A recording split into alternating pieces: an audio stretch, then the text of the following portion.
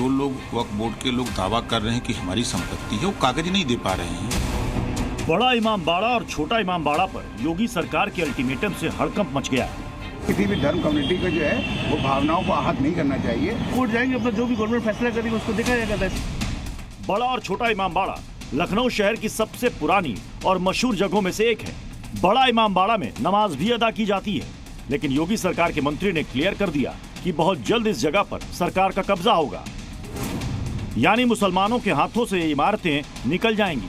इसकी वजह खुद योगी के कैबिनेट मंत्री से सुनिए। इमामबाड़े का कागज नहीं दिखा पाए, नहीं दे पा रहे हैं। वो खाली कह रहे हैं कि इतने दिन से बना है, ये है। और सरकार के पास अभिलेख है, सरकारी जो कागजात है उसमें बाकायदे दर्ज है सरकारी संपत्ति।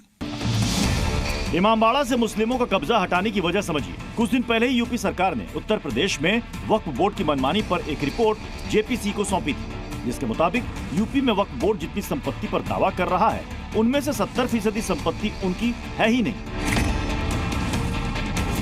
कुछ ऐसा ही मामला इमामबाड़े का भी है।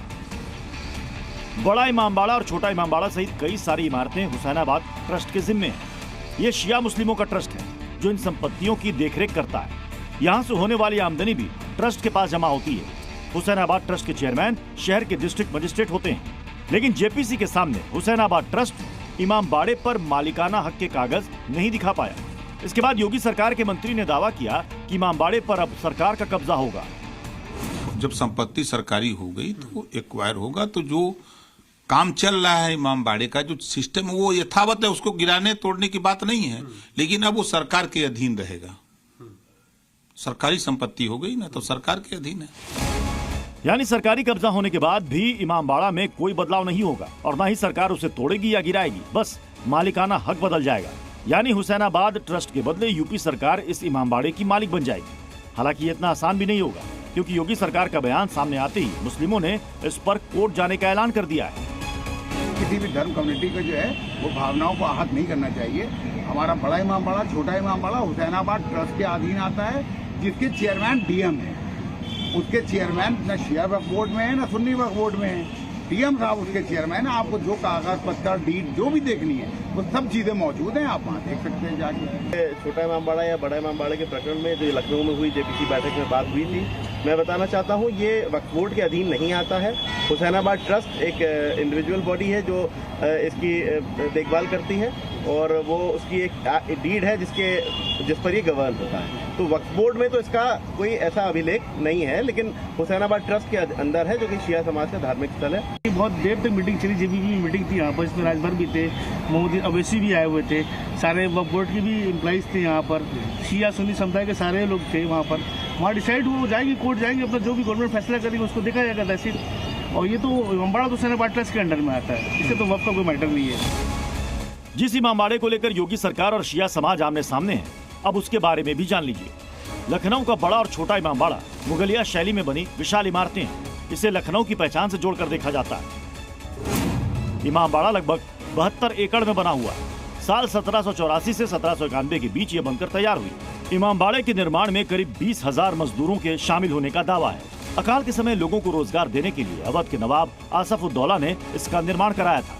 तब इसे बनाने में 1.5 करोड़ रुपए खर्च आया था और इस समय इसकी अनुमानित कीमत 500 करोड़ रुपए से भी ज्यादा है। इमामबाड़ा की वास्तुकला मुगल शैली की है, लेकिन यहाँ के बारे में एक खास बात यह है कि इमामबाड़ा ना तो पूरी तरह से मस्जिद है और ना ही मकबरा। करोड़ों रुपए के इमामबाड़े को लेकर विवाद क्यों चल रहा है, इसे आसान भाषा में समझाने के लिए योगी सरकार के मंत्री ने एक कहानी सुनाई है। आप भी वो कहानी सुनिए जिसमें ओम प्रकाश राजभर इस मामले का सच बता रहे हैं। पहले क्या था कि जिनके पास अकूत जमीनें थी तो वो गरीबों को बसा देते थे अपनी जमीन में। तो गरीब जब बस जाता था तो सोचता था ये तब हमारी हो गई, दे दिए हैं। लेकिन जब उनके नाती पोता, उस समय जमीन 50 रुपया बिस्सा थी, तो आज वो 5 लाख बिस्सा हुई। तो उनके नाती पोता सोचे कि 5 लाख रुपया बिस्सा है तो ये खाली करे, हम बेच दें या हम कब्जा कर लें। तो अब वो खाली करने जा रहे हैं तो वो कह रहे हैं ना ये तो जमीन हम तो 50 साल से बसे, 100 साल से बसे हैं। ठीक उसी तरह ये इसका है मामला, और कोई अंतर नहीं है। बड़ा और छोटा इमामबाड़ा हाथों से फिसलता दिखा तो इसमें मौलाना भी कूद पड़े। मामला कब्जे के कागज दिखाने का है, यानी जिसके पास कागजात होंगे वही प्रॉपर्टी का हकदार होगा। पर मौलाना इसे सीधे सीधे मुस्लिम समाज को भड़काने से जोड़ रहे हैं। वो राजभर जी का अपना बयान है। राजभर जी की क्या LIU है, उनकी खुफिया तंत्र क्या है, वो सरकार, मतलब ये तो सरकार जाने, सरकार के तय करने की बात है। इसमें हमें बोल के कोई राजनीति नहीं करनी है। ये सियासी लोगों का काम है समाज को भड़काना। मुस्लिम धर्मगुरु गुस्से में इसलिए हैं क्योंकि सरकार कागज और सबूत मांग रही है। मामला सिर्फ यूपी का ही नहीं है। अगर इस पर एक्शन शुरू हुआ तो देश भर में ऐसे और सैकड़ों मामले भी सामने आ सकते हैं। लखनऊ से मयूर शुक्ला के साथ ब्यूरो रिपोर्ट, जी मीडिया।